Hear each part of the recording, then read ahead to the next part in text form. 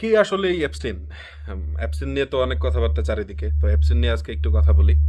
তো অ্যাপস্টিন একটা হাই স্কুলের ম্যাথ টিচার। ম্যাথ টিচার থেকে শুরু করে সে পাওয়ার ব্রোকার থেকে সে এক্সপ্লয়েটেটিভ সেক্সুয়াল ব্ল্যাকমেইলার, এই জার্নিগুলা কিভাবে সে এত উপরে গেল, তারে কে ইনেবল করলো, এগুলা নিয়ে আজকে আমরা কথা বলবো। কে আসলে এই অ্যাপস্টিন? তো অ্যাপস্টিন হচ্ছে একটা নর্মাল ঘরের সন্তান। সে তার 20 বছর বয়স, 20 বছর বয়সে সে চাকরি খুঁজতেছে। তার ফ্যামিলির কোনো পলিটিক্যাল ব্যাকগ্রাউন্ড নাই, কোনো পলিটিক্যাল পাওয়ার নাই। তো তার ডিগ্রিও নাই। সে এনওয়াইইউ আর হচ্ছে কুপার ইউনিয়ন, এই দুই স্কুল থেকে সে ড্রপ আউট। হ্যাঁ। তো একটা 20 বছর বয়সে ড্রপ আউট ছেলের জন্য চাকরি খোঁজাটা অনেক tough. But even then he got hired by Bill Donald Barr at the school of Dalton private. হ্যাঁ। তো ডাল্টন প্রাইভেট এমন একটা স্কুল যেখানে হচ্ছে আপনার বিলিয়নিয়ার, তারপরে হচ্ছে বড় বড় পলিটিশিয়ান, তাদের সন্তানরা পড়তে যায়। তো ডাল্টন প্রাইভেট ইউজুয়ালি ওই আইভি লিগ স্কুল থেকে টিচার হায়ার করে, যেমন হার্ভার্ড, প্রিন্সটন, এই টাইপের ইউনিভার্সিটি। তো এপস্টিনের তো কোনো ডিগ্রি নাই, তাও সে হায়ার হইলো ওই ইয়ে, ডাল্টন প্রাইভেট স্কুলে। আর হায়ার হইলো ডোনাল্ড বাররে দিয়ে। ডোনাল্ড বার ছিল ওই স্কুলের তখনকার হেডমাস্টার, নামটা মনে রাখবেন, ডোনাল্ড বার। এই ডোনাল্ড বারের ছেলে উইলিয়াম বার আবার হচ্ছে ট্রাম্পের অ্যাটর্নি জেনারেল, যে আবার অ্যাপস্টিনের ডেথ, তারপরে এই অ্যাপস্টিন রিলেটেড যত রকমের ইনভেস্টিগেশন আছে তার সব ওভারসি করছে। হ্যাঁ। তো বেসিক্যালি এমন হয়ে গেল যে আপনি শিয়ালি মুরগির ফার্মের মালিক। হ্যাঁ। তো এই গেল অ্যাপস্টিন কই থেকে আসলো। হ্যাঁ। তো অ্যাপস্টিন এত পাওয়ারফুল কিভাবে হইলো? হ্যাঁ। তারপর এই যে প্রাইভেট স্কুল যেটা আছে, প্রাইভেট স্কুল হচ্ছে আপনার ডাল্টন প্রাইভেট। তো ওই প্রাইভেটের যে বড় বড় বিলিয়নিয়ার আছে, বড় বড় পলিটিশিয়ান আছে, তখন অ্যাপস্টিন যদি মানে অশিক্ষিত যদি হয়ে থাকে, সে মানে কোনো পাওয়ারফুল ব্যাকগ্রাউন্ডের ফ্যামিলি থেকে যদি নাও এসে থাকে, কিন্তু সে খুবই স্মার্ট, খুবই কারিজমাটিক। তো তার ওই স্মার্টনেস আর ক্যারিজমা দিয়াই সে তার এই যে প্রাইভেট স্কুলের যে বাচ্চাদের বা পোলাপানের সে টিউটর করতেছিল, ওই টিউটরদের মানে ওই স্টুডেন্টদের প্যারেন্টদের সাথে সে ভালো সম্পর্ক করা শুরু করলো। হ্যাঁ।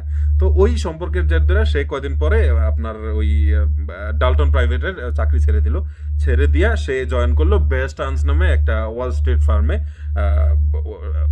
স্টক ব্রোকার হিসাবে। তো ওই বেয়ার স্টার্নসের যেই ভাইস প্রেসিডেন্ট হচ্ছে অ্যালেন গ্রিনবার্গ। তো অ্যালেন গ্রিনবার্গ হচ্ছে রাশিয়ান জুইশ। হ্যাঁ। So Alan Greenberg Israeli Zionist রিজিয়মরে মানে খুব জোর গলায় সাপোর্ট করে। হ্যাঁ। তো ওই অ্যালেন গ্রিনবার্গ হায়ার করলো অ্যাপস্টিনের তখন থেকেই শুরু হলো জেনুইন পাওয়ার নিয়ে যে খেলাধুলা, সেগুলো। হ্যাঁ। তো ওই সে তার বিভিন্ন বিলিয়নিয়ার ক্লায়েন্ট যারা আছে, বড় বড় ইনসাইডার ট্রেডিং করা যেই পলিটিশিয়ানরা আছে, তাদেরকে সেই ফিনান্সিয়াল অ্যাডভাইস এগুলা দেওয়া শুরু করলো। তো এক সময় সে এই চাকরিও ছেড়ে দিয়ে গিয়ে নিজের কি বলে ওইটারে কনসাল্টিং ফার্ম শুরু করলো। তো ওই পরে ইনভেস্টিগেশনে দেখা গেল যে ওই কনসাল্টিং ফার্মটা ছিল একটা শেল কোম্পানি, ওটার ভিতরে আসলে কিছু ছিল না। ওটার ভিতরে কোনো ক্লায়েন্টেল ইনফরমেশনও ছিল না, কিছুই ছিল না। তো এই গেল অ্যাপস্টিন কিভাবে এত পাওয়ারফুল হইলো। হ্যাঁ। তারপরে এই তো পাওয়ারের মাত্র শুরু, আরো বহুত উপরে সে যাবে আস্তে আস্তে। এই যে আপনি আমি নর্মাল লোক, আপনার আমার মনে ওই যে একটা টিনেজার নিয়ে আমরা সেক্সুয়ালি এক্সপ্লয়েট করব, এসব চিন্তা আসে না।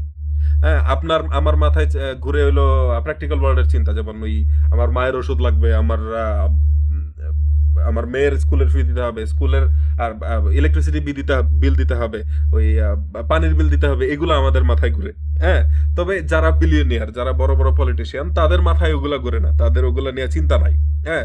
তো ধরেন বিল গেটস বা ডোনাল্ড ট্রাম্প বা এই টাইপের যত বড় বড় পাওয়ারফুল লোকজন আছে, তাদের যেই জীবনে কোনো থ্রিল নাই, তাদের জীবন হয়ে গেছে বোরিং।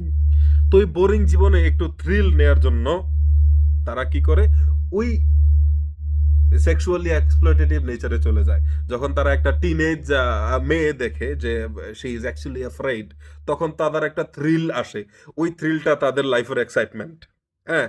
তো এই বড় বড় পাওয়ারফুল গ্রুপের ক্লায়েন্টেলদের যত ধরনের মানে ফিনান্সিয়াল সাপোর্ট ছাড়াও, ফিনান্সিয়াল অ্যাডভাইজিং ছাড়াও অন্য বিভিন্ন ধরনের সার্ভিসও প্রোভাইড করা শুরু করলো হচ্ছে অ্যাপস্টিন। তো বেসিক্যালি অ্যাপস্টিনের যে আইল্যান্ডটা ছিল, ওই অ্যাপস্টিনের আইল্যান্ডটা হচ্ছে ধরেন একটা হোটেল। ওই হোটেলে আপনি যা চাবেন তাই পাবেন। হ্যাঁ, ওই যদি আপনি সেখানে গিয়ে বিভিন্ন ধরনের এক্সোটিক খাবার খাইতে চান, হিউম্যান মিট থেকে শুরু করে যে কোনো ধরনের এক্সোটিক খাবার তাও আপনি পাবেন। আপনি সেক্সুয়ালি কোনো একটা আন্ডার এজ মেয়েরে অ্যাসাল্ট করতে যাবেন, সেটাও পাবেন।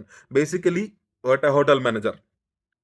হ্যাঁ, তো এই সামান্য একটু থ্রিলের জন্য এই যত বড় বড় পাওয়ারফুল লোকজন আছে, তারা এপস্টিনের মতো লোকজনের ইনেবল করে।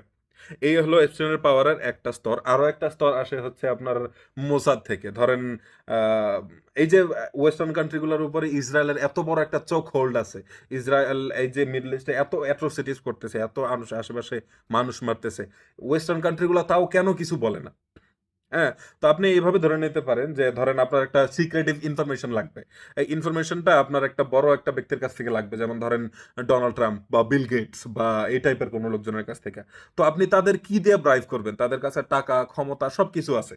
দে don't need anything from people like Epstein. হ্যাঁ, তো এই এদের যদি আপনি এদের কাছ থেকে যদি কোনো ধরনের ইনফরমেশন আপনি বের করতে চান, তাহলে আপনার শুধুমাত্র একটাই ওয়ে, আর সেটা হচ্ছে স্পাইং। হ্যাঁ, তো স্পাইং এর সবচাইতে বড় ইফেক্টিভ ওয়ে হচ্ছে সেক্স অ্যান্ড ড্রাগ। ঠিক আছে, এখন এই জন্যই অ্যাপস্টিনের যত আইল্যান্ডের ভিতরে যত রুম ছিল, অ্যাপস্টিনের ম্যানহাটন ভিলা যে ছিল, ম্যানশন ছিল, তারপরে প্রাইভেট জেট ছিল, গাড়ির বহর ছিল, সবগুলাতে hidden CCTV camera with audio আছেই।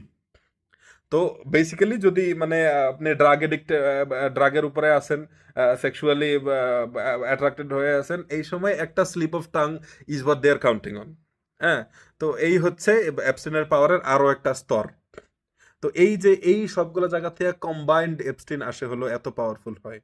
হ্যাঁ, এই পাওয়ারফুল লোকজনরা তারা এনেবল করতেছে, ইসরায়েলি গভর্নমেন্ট তারা ইনফিনিট অ্যামাউন্ট অফ ব্যাকিং দিতেছে, যে যাও যার উপরে স্পাইং করতে পারো করো, আমার এই ইনফরমেশন এনে দাও। হ্যাঁ, এই হচ্ছে অ্যাপস্টিন, এই হচ্ছে অ্যাপস্টিনের স্টোরি আজকের মতো। Thank you.